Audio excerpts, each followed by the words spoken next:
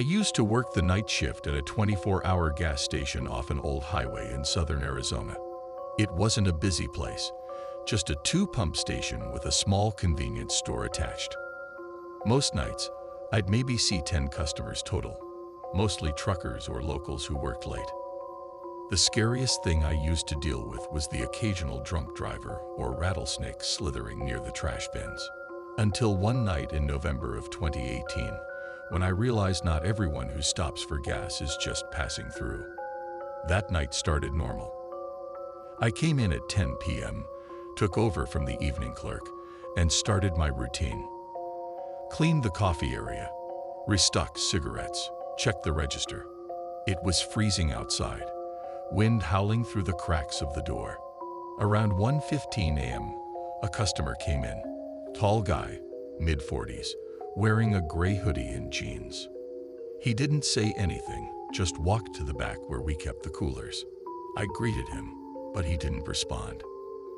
After a minute, I noticed he wasn't grabbing anything, just standing there, facing the glass door of the cooler, his head slightly tilted. Then he started whispering.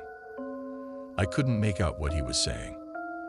I asked if he needed help, and he turned his head slowly toward me. Not his whole body, just his head, and said, "The pump's wrong."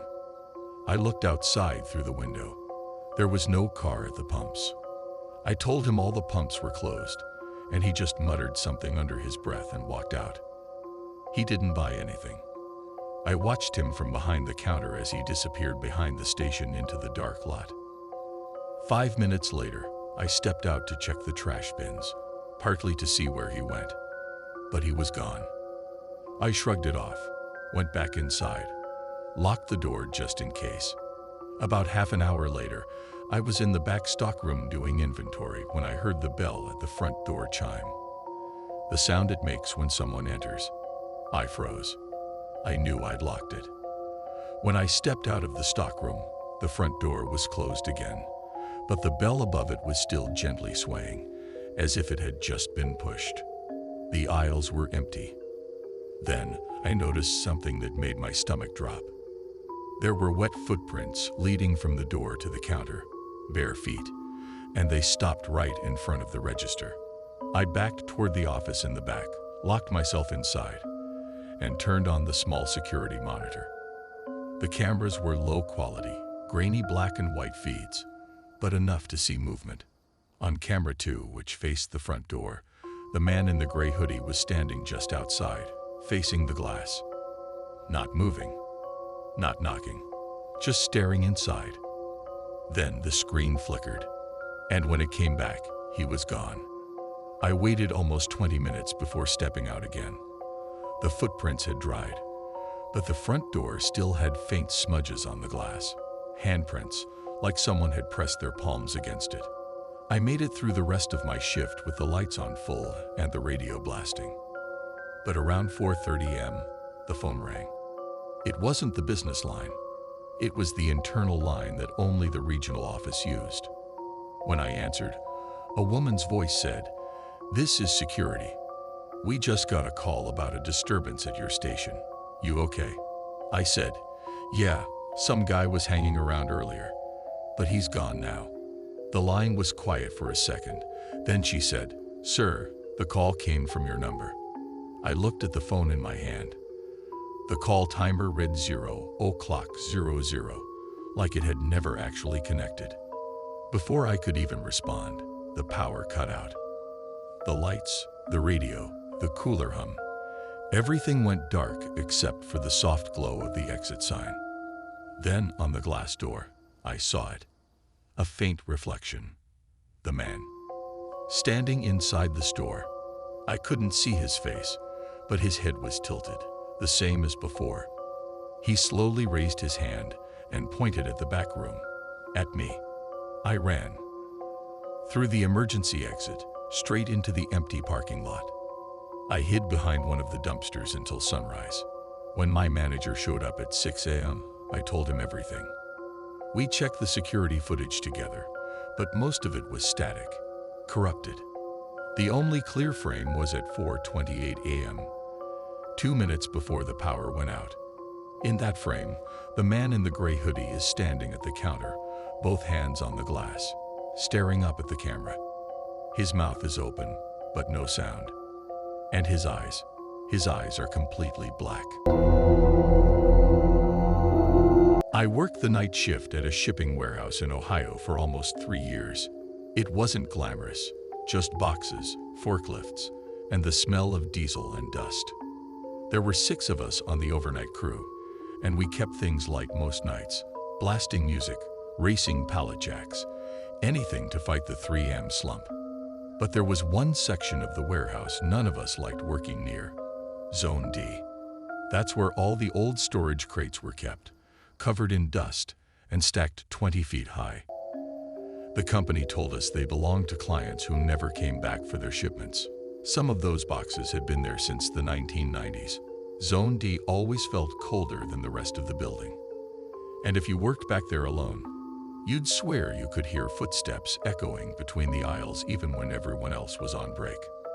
The story I'm about to tell happened around March of 2020, a night that still plays in my head every time I drive past that building. It was a Friday night shift, and our supervisor, Ron, had us working short-staffed. Just me and 2 other guys, Caleb and Trevor. Ron left around midnight, said he had paperwork to do in the office, and told us to finish loading Bay 6 by sunrise. By 1:30 a.m., the warehouse was dead quiet. I was using the forklift near Zone C, while Caleb was labeling crates down in Zone D. After a while, I noticed something strange on the monitors near the loading dock. One of the security cameras in Zone D was flickering like it was losing signal. Then I saw it, a figure on the screen. Someone walking between the shelves where Caleb was working. Only problem: Caleb was the only one back there. I grabbed my radio and said, "Hey Caleb, you got someone near you?" No answer. Static. I called again, still nothing. So I drove the forklift down the long aisle toward Zone D. The sound of the wheels echoed off the concrete walls, that hollow ringing that makes you feel like you're underground. When I turned the corner into the zone, I didn't see Caleb.